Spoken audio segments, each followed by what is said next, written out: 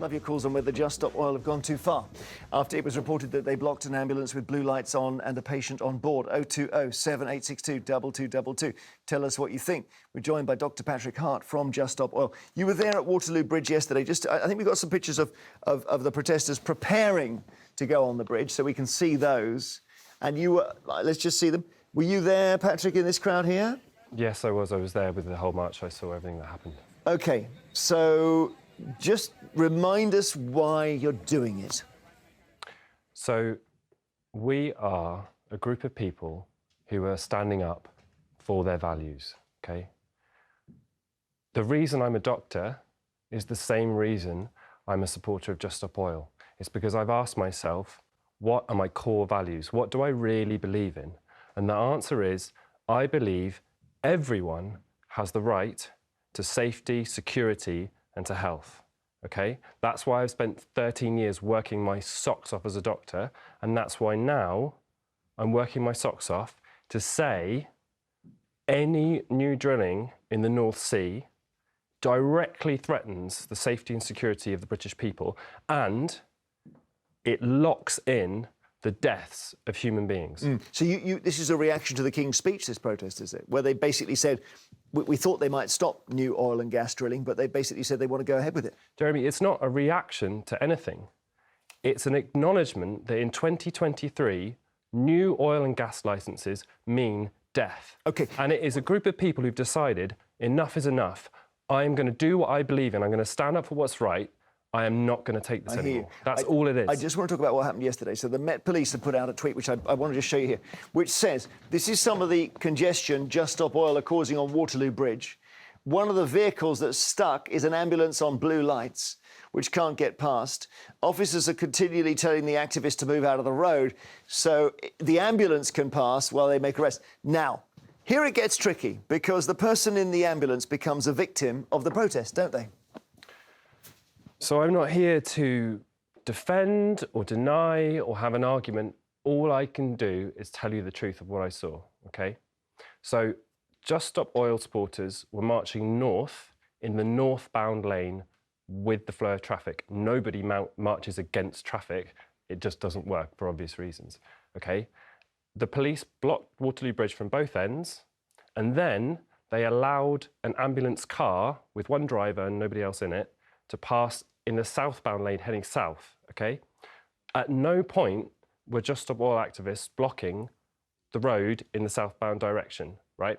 So what this comes down to, I think, is a case of denial, OK? So this is disinformation from your point of view. No, I'm not interested in that. What I'm interested in... No, well, I am, sorry. That's what I'm asking, whether the police are putting out disinformation. I can't give you all the answers. What I think is happening, fundamentally, is an emotional response, OK? What I'm telling you is horrible news, but this is my job. I do it all the time at work. I give people bad news that they don't want to hear.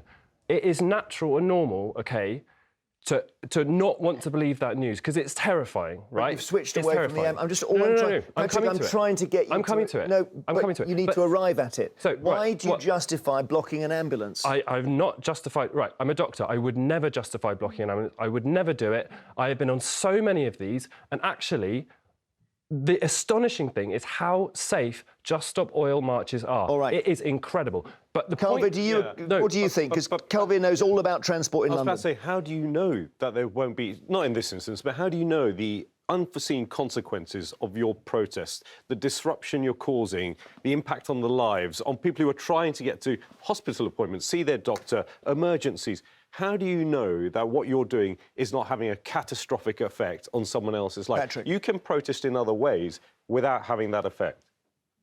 So what is happening here, right, it breaks my heart. What we're seeing is a reaction to the terrifying news that all of our lives are in danger. And you can either acknowledge that Just Stop Oil are right, or you can find a way to dismiss them. Because if they're bad people, if they don't care, if they're nasty, then whatever they say is not true. I don't think we're dismissing... It doesn't justify smashing up a painting. Wait. I'm not angry about this. No. It's normal. We're all scared. Okay. I think you're right. But let me say this. I think you're right. We are scared of the future. And we want to have a better world for ourselves and our children. Yes. And so, we all the do with human actions you're beings. taking, the actions you're taking aren't things that we're Nilofer. aligning with. Sorry. So, as I understand it, Dr. Patrick, this is an example of direct action activism, which is to say that you are trying to call people's attention.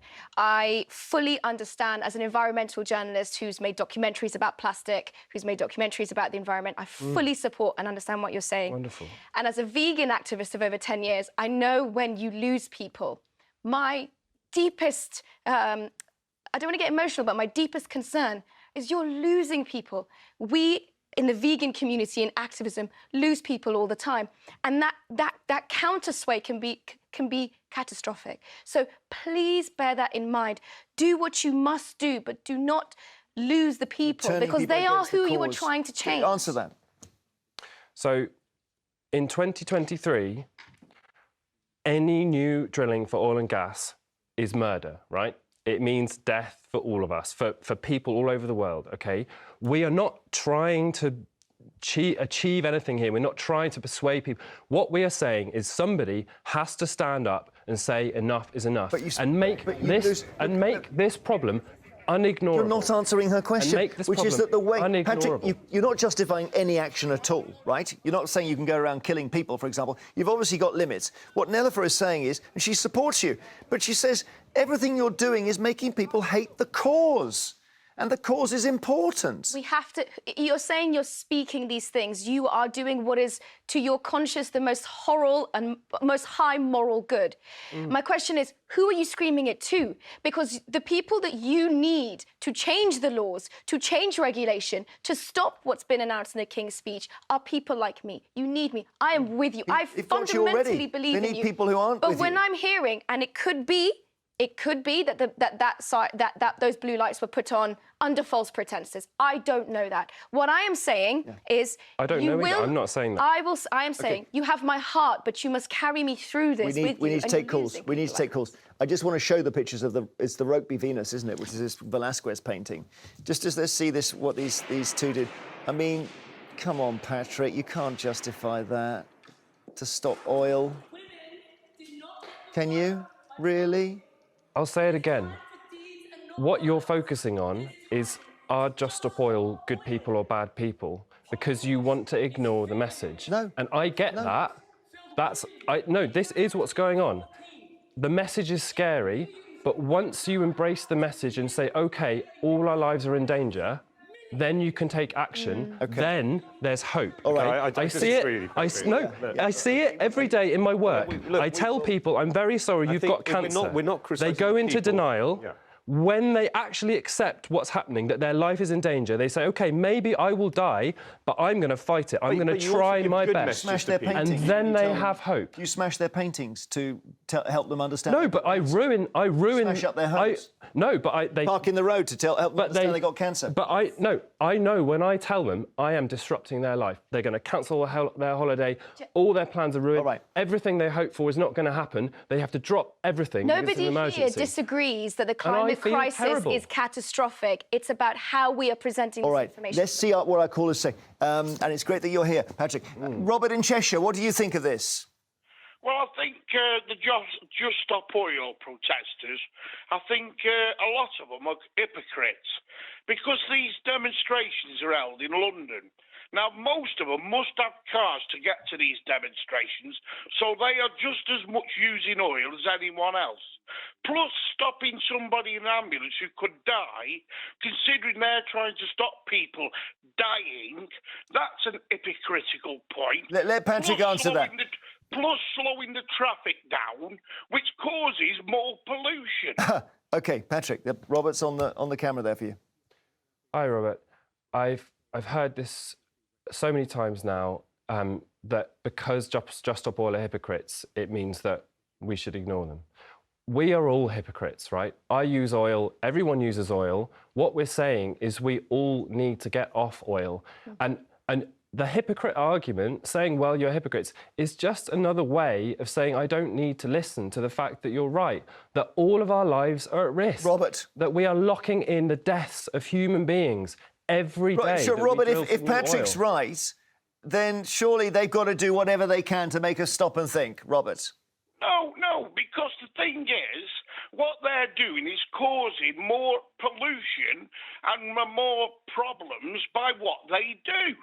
Well, it's not. I mean, it may cause a couple of hours extra pollution, but he's got a bigger mission. But listen, it's up to you what you think. Thanks, Robert. Stay with us, Patrick, because we're going to talk about this after the break, because we've got so many people calling in. Welcome back. We've got Patrick still with us, Just Stop Oil protester and a doctor. Nilofer and Kalvir with us too. We'll talk about this a bit more because we've got so many people on the lines. But later, boxing legend Chris Eubank is here to talk about everything boxing and to do the papers with us. We can't wait, can we? Can't wait. 0207 862 2222. Have Just Stop Oil gone too far? Matthew in Somerset, I know you think they're bang on. Good morning, Good morning. Patrick. Good morning. I think you're a blessing in disguise to the hypocrites of Great Britain, because I never used to be towards Go Stop Oil, but actually doing some research, I think going forward we need cleaner air, cleaner future, and just like a catch-22, you're against the toys, which I agree with as well. So you're going to be stirring the pot, which is amazing. Well, I don't know whether you are political, you guys, party political. Thanks, Matthew. I mean, as an individual, I have my own political views, but as a Just Stop Oil supporter, I am interested in only one thing, and that is just stopping new oil and gas. So I do not mind who is in power as long as they do the right thing for the British people to protect all of us. What about, why don't you campaign for nuclear power stations? Why can't we just frack the hell out of the country and get fuel that way? Hang on, so you're... Nuclear power, fracking, some way of having fuel to replace oil and gas, which we need currently. Because otherwise people are going to have to spend so much next winter. Jeremy, do you know what fracking is, right? That's gas. Gas. Yeah, but I mean, the Americans have done it to great effect. Yeah. You don't like fracking either? Well, no, because it's fossil fuels. It's a type of a fossil fuel, and more to the point, fracking causes huge geological and water waste as well. So the solution Maybe. to this isn't other types of dinosaurs we dig up from the ground. The solution is innovation, science, technology, creating the next generation of engineers and design technicians. No one's mentioned nuclear. Where are we on nuclear? Nuclear waste, depending. Oh, we can't do that either. Well, nuclear waste is horrifically bad, and So what are we had a left with? Chernobyl. Windmills and solar, are we? Is that it? Isn't that a great idea? Imagine we could get energy from that. Yes, we do get energy from that, Imagine but we we could get can't get all of enough our at the energy moment. So from we that. have to find a pathway through this. I love the sense of But we're we'll not get to this. realists, is that what you're gonna say? Well, yes, you've said it. I didn't How say about it. we're But realists, the- we're looking at the problem? No, well, hold on. I held the environmental brief for London as well when I worked for the Mayor of London. And we wanted cleaner air. We wanted electric vehicles. I started the Electric Vehicle Partnership in 2008. We know that we want to do these things. The time and the pathway to them is the issue. And the other thing is your actions. It almost feels like it's saying the end justifies the means. And that worries me, because you can take out all kinds of collateral in a blind view to say that's what our view is. And you don't then look at the scorched earth that you leave behind. Well, quickly. Colby, I want to come to your first point. I completely agree with you. We need clean air, we need renewable energy. But it's an insult to the people of this country to say, oh, well, we can't do it, we haven't got it fast enough. Remembrance Sunday's coming up. In the Second World War, it took a matter of weeks to switch factories producing cars to factories that produced the Spitfires that my own grandfather piloted during the Second World War. The British people are so capable of making this happen in next to no time. Let's take Dave it's in an Coventry. insult to say that we can't. I'm sorry. Pause, because I've just got so many calls. Dave in Coventry, you're an environmentalist yourself. Hi, yes, I am. Thank you, Jeremy. Could I just quickly speak to Patrick, please? Yes. Patrick, I'm totally behind the cause of environmentalism. I'm an avid and enthusiastic campaigner for improving the environment. I'd like to ask you a simple question. During the 1980s, when C&D and other politically motivated groups were doing their protests, the worst things they did were chain themselves to the fences of Greenham Common. And they made a stand, they made a stand in unity. They didn't, and this is where you guys lost all respect from me. They didn't go out obstructing the public from getting to their jobs, obstructing emergency services from getting to people, obstructing motorways. My friend's mother died on her own in hospital in London in your last protest because the family couldn't get to the hospital. also what I'd like to ask you is, Hang on. your cause... Wait a minute, Dave. Pause there, because there's a lot there for Patrick, including the death. So every time I hear anything about an ambulance which is delayed in any way, I feel absolutely dreadful, okay? But the fact is, in our current state, I work with paramedics every day. We have ambulances which are waiting hours and hours because the whole NHS is collapsing. And what will destroy our whole NHS and our ambulance system is the collapse of our climate. It will, okay? Right. So you're getting in there early. I am not defending it at all. I do not want to see any ambulance delayed. I have never seen that. I've been on hundreds of these marches, I've never seen that. But any time I hear that, it is absolutely heartbreaking and horrendous. Am I right that you've got a conviction for damaging petrol pumps at Thurrock Services? Yes, you're right. Why did you do that? So, again, I think what you're really asking me is, are you a GP who goes to work and tries his best for his patients, or are you some sort of violent thug? No, I'm not asking you that. Let me tell you why I did it I and just what asked happened. you why you damaged the petrol. Yeah, let me tell you what happened and why I did it. I cracked some plastic screens about the size of a beer mat, okay? This is it? Look at this. Who did these bits of plastic belong to? They belong to, in my case, to a company called ExxonMobil. Now, this company, we know, has spent billions and billions of pounds for the last 3-4 decades lying to the public, spreading confusion, knowing that that would allow them to keep drilling, even though it would be killing human beings. Somebody wants to visit their dying mum and they can't fill up with petrol and don't get to see her before she dies. I mean, sorry, just pause in the explanations. Get another call. Sylvia in Durham, hi. Yeah, hi, Jeremy. What do you think of what Dr. Hart is doing? Well, I think I understand what they're doing and I go along with the sentiment. What I think they're going wrong and they're losing the total trust of the general public is because when you deface a work of art, that's wrong. When you deface a historic building, that's wrong. When you superglue yourself to a road and stop people doing what they have to do in life to keep going, that is wrong. What you need to do is go back to your conference room, sit around a table and think about what the people did many years ago to demonstrate. But the suffragettes did smash that very sane painting up. That's the whole point, Sylvia, didn't they? They took a hammer to it. No, a knife. Anybody who defaces works of art or historic buildings, it's wrong. There's no right way about that. And also, may I just say one thing more, yeah, but Patrick needs to come in, yeah. Can I respond to Sylvia?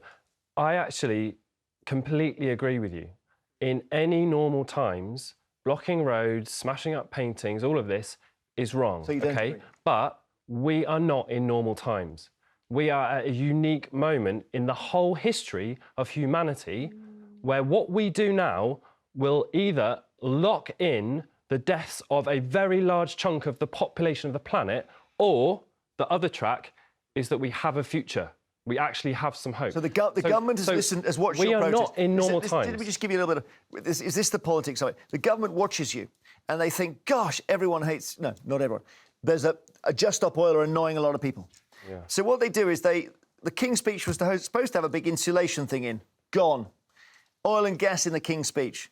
I'm guessing to maybe to ginger up the people who don't like what you're doing. They announced the war on the motorist is over and there won't be any more 20-mile-an-hour limits. So they've watched what you're doing, and the government is going in the other direction. As are the public, because look, the proms, Wimbledon, the Grand National, the World Snooker Championships.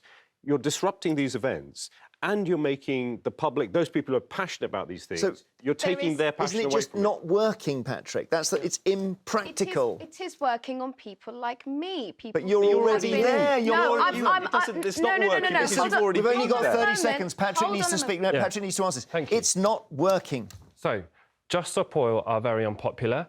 17% of the country approve us. 14% of the country approve of the government. We're more popular than the government, OK? Right, but the question is, when you ask people, do you want more drilling in the North Sea? The number one answer is no, thank you very much, OK? So what the government are doing is they are They are bad tenants who are about to be evicted and they are smashing up the house before they leave. They are thinking, we are losing. How do we lock in as much pollution as we can before we're out of Patrick, time? if you want national That's what security, they're you doing. said security at the start. If you ask the public, do they want national energy security and how we're going to get it, considering what we've seen in the last couple of years? They'll say they want national energy security. It's the way And you that's ask the question. OK, guys, we have to stop. Patrick, I'm sorry. Thank you so much. Thanks for all your calls. Thank you, Patrick, for joining us. Very lively today.